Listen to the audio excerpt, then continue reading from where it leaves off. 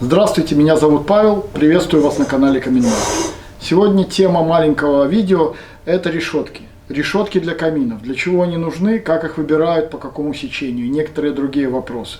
Все это вкратце. Я стою напротив макета камина.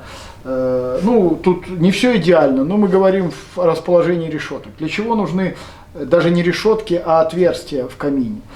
Смысл топки в том, что она нагревается, и мы потоком воздуха, обдувая ее корпус, одновременно охлаждаем корпус, что нужно для долговечности топки, и решаем проблему с отоплением. То есть этот теплый воздух, по идее, должен попасть в наше помещение, может быть по каким-то каналам, разводкам, сейчас это не суть важно.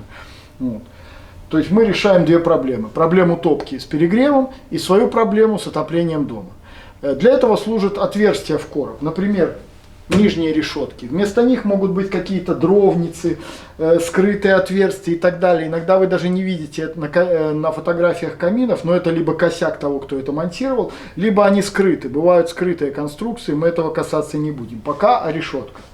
Вот снизу расположенные решетки, сверху расположенные решетки. Это для притока воздуха, не для горения, обращаю внимание, приток воздуха в короб камина, для того, чтобы охладить корпус топки и всю конструкцию. Верхние решетки для того, чтобы этот воздух куда-то вышел. Здесь в данном случае декомпрессионные решетки для вентиляции верхнего короба, где тепла практически нет. Самый важный момент, решетки бывают совершенно разных конструкций. Здесь в данном случае сетчатые решетки наиболее простые и дешевые. Эта модель с жалюзи далеко не шедевр, потому что вот видите, и цена соответственно божеская. Решетки выбираются по сечению. Большинство производителей из моего опыта требуют минимальное сечение на входе порядка 600-800, условно 1000 квадратных сантиметров. Чаще всего 800 тысяч квадратных сантиметров. Например, 10 на 80 дыра, то есть 10 высотой, 80 шириной. Это будет 800 квадратных сантиметров. Или несколько, 3, 5, 10, 2 решетки, которые набирают такую площадь. Выходные решетки обычно либо равны входным, либо могут несколько превышать сечение решеток нижних. Их расположение может быть любое. Повторяю, это могут быть и отверстия, не решетки. Декомпрессионные решетки, которые ставятся просто для вентиляции верхней отсечки, к ним требования не предъявляются по сечению. Они могут быть практически любые, которые вам доступны, маленькие, большие и так далее. Там нет теплого воздуха, это просто вентиляция. Значит, простые решетки мы видим. Жалюзийные тоже рассмотрели. Это, например, условно бюджетный производитель. Сейчас я покажу вам более удачные решетки. Почему? Здесь, например, вот эта сетка, она ухудшает выход воздуха. То есть формально отверстие, например, я условно говорю, 10, например, на 30. Это как будто бы 300 квадратных сантиметров. На самом деле для сетчатых покрытий, в зависимости от его типа, применяются коэффициенты поправочные 0,6-0,7. То есть сечение решетки уменьшается. Это надо учитывать при подборе решеток. Солидные нормальные производители в каталогах, вот, например, краткий каталог, например, Вентлаб немецкий. Это более такие хорошие решетки для тех, кто знает толк в красивых вещах, аккуратных. Они указывают, то есть мы берем табличку, смотрим, решетка 17 на 49. Мы находим ее в графе 17 на 49, смотрим тип решетки, и здесь, например, сечение 516 квадратных сантиметров. Что это означает? Такая решетка одна недостаточно для охлаждения камина. Ее ставят одну только в том случае, если слабенькая топка, или заказчик понимает возможные последствия, или нет другого выхода, но его предупреждают о том, что кочегарить сильно нельзя. То есть вот по таким таблицам подбирают решетки. То же самое у Вентлаба. Мы берем, например, вот жалюзийная решетка с полностью открытыми жалюзями, смотрим кросс-секшн, сечение проходное, берем какую-нибудь 450 на 170, 475. Тоже недостаточно. По сути говоря, я могу вам из опыта сказать, что для большинства каминов надо минимум, если нету никаких других отверстий, парные решетки. То есть, например, 2 снизу, 2 сверху, это минимум. А чаще всего это 2 большие решетки или 3 средние. Больше решеток это не меньше. Вы можете хоть 22 решетки установить на короб. Камин только спасибо вам за это скажет. Единственное, что бюджет. Я сейчас визуально еще покажу несколько типов решеток, чтобы вы понимали разнообразие этих конструкций. А еще по установке коснусь. Ну, сейчас мы на схеме посмотрим, там немножко лучше будет видно. Я сейчас вам это все покажу.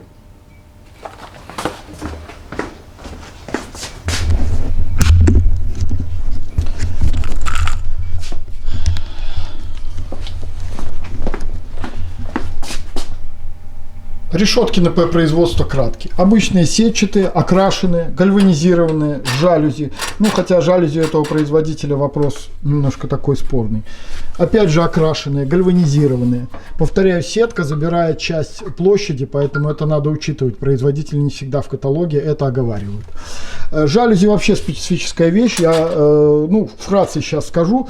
По сути, эти решетки зло в некотором роде. Их ставят только если надо очень любой ценой что-то скрыть, спрятать и так далее. В противном случае, закрыв вот так решетку, вы получите поломку камина, возможно, или разрушение решетки. То есть они должны быть полностью открыты, плюс они могут перекрывать ход в таких решетках. Я покажу вам немножко более высококлассные модели сейчас.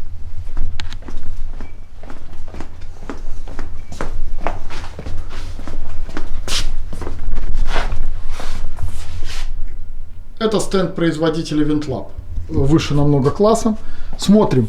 Здесь тоже классические сетчатые решетки. Но, например, для того, чтобы решетка непрозрачная была, вот вы видите, насквозь ничего вы не видите. Там можно ставить специальные заглушки. Они там немножко, она сейчас не так установлена, но фактически она отнесена дальше, и вы смотрите, решетка непрозрачная, но у нее полнопроходное сечение воздуха. Решетки с жалюзи. Жалюзи здесь очень хорошего качества, просто как часики. И обратите внимание, сетки нет. При полностью открытых жалюзи все сечение идет на выход или вход воздуха. Очень интересная, опять же, решетка. Вот это и класс окраски, изготовления, качества тоже на голову выше. Ну и цена. Решетки эти по сравнению с предыдущими, у них 1,5-2-кратная разница в цене. И различная вообще экзотика для дизайнеров. Вот такой вид. Пожалуйста, различного вида щелевые. Сейчас в моду входит. Их очень много видов. Мы не будем на этом заострять внимание. Просто можно найти решетки на любой вкус. Поэтому, выбирайте. После того, как вы выбрали подходящие вам решетки по дизайну, по всему, я просто вкратце остановлюсь на их расположении и так далее. Вот. Здесь просто типовой короб изображен, еще бы он не был там с базальтовой ваты, с кирпича, с газосиликатных блоках, там с камоловские плиты, что угодно. Общая вот тенденция устройства. Нижняя подача воздуха, может быть хоть 10 решеток ниже уровня топки. Затем там, где здесь чаще всего делается отсечка, она здесь не изображена, хотя вот при такой схеме она здесь обязательно должна быть. Вот здесь она проходит выше места подключения. Вот решетки горячего воздуха, из которых выходит воздух. И декомпрессия, где требования не предъявляются, вы выбираете, что хотите. Вот это базовая схема размещения решеток. И помните самое главное, при размещении решеток надо соблюдать требования с их местоположением, потому что опустив их ниже, там, например, отсечки или что-то, вы перегреете короб, эффективность решеток упадет в разы. То есть место расположения решеток. Вот то, что я обращал внимание, конструкция решеток, надо учитывать какие-то коэффициенты потерь на различных сетках и так далее. Мы делали даже мраморные решетки, например, из мрамора вырезанные. То есть можно сделать все, что угодно. Это просто декор. Благо, выбор решеток сейчас достаточно хороший, поэтому не экономьте на этих вещах, пожалуйста. И самое главное, не экономьте на их сечении. Если у вас нет денег на решетки, вы хотя бы подберите подходящие модели. При изготовлении короба вырежьте нужного сечения отверстия. Затем впоследствии вы их купите. Эксплуатировать можно и без них. Главное, чтобы были отверстия. Потому что если вы заузили решетки, сделали их меньшего сечения, в угоду там кратности размера кирпича, каким-то своим хотелкам и так далее, это путь к разрушению камина, как минимум, повреждению топки, проблемами даже с самими же решетками. С них может просто облезть краска, лак или гальваническое покрытие от перегрева с огромными температурами. Решетки даже при нормальной установке на выходе имеют температуру порядка 80-90 градусов. В пике она может достигать 120 и выше. А при перегреве, то есть когда решение неправильно выбрано сечение, то температура может превышать 140-150 градусов, и порошковая краска или лаки, которые нанесены на решетки, просто разрушатся, они у вас облезут, будут страшные и ужасные. Вот то, что я хотел сегодня вам рассказать про решетки. Надеюсь, это вам поможет при изготовлении камина. Кому понравилось, ставьте лайки, подписывайтесь на канал. На сегодня все. Всего хорошего, до свидания.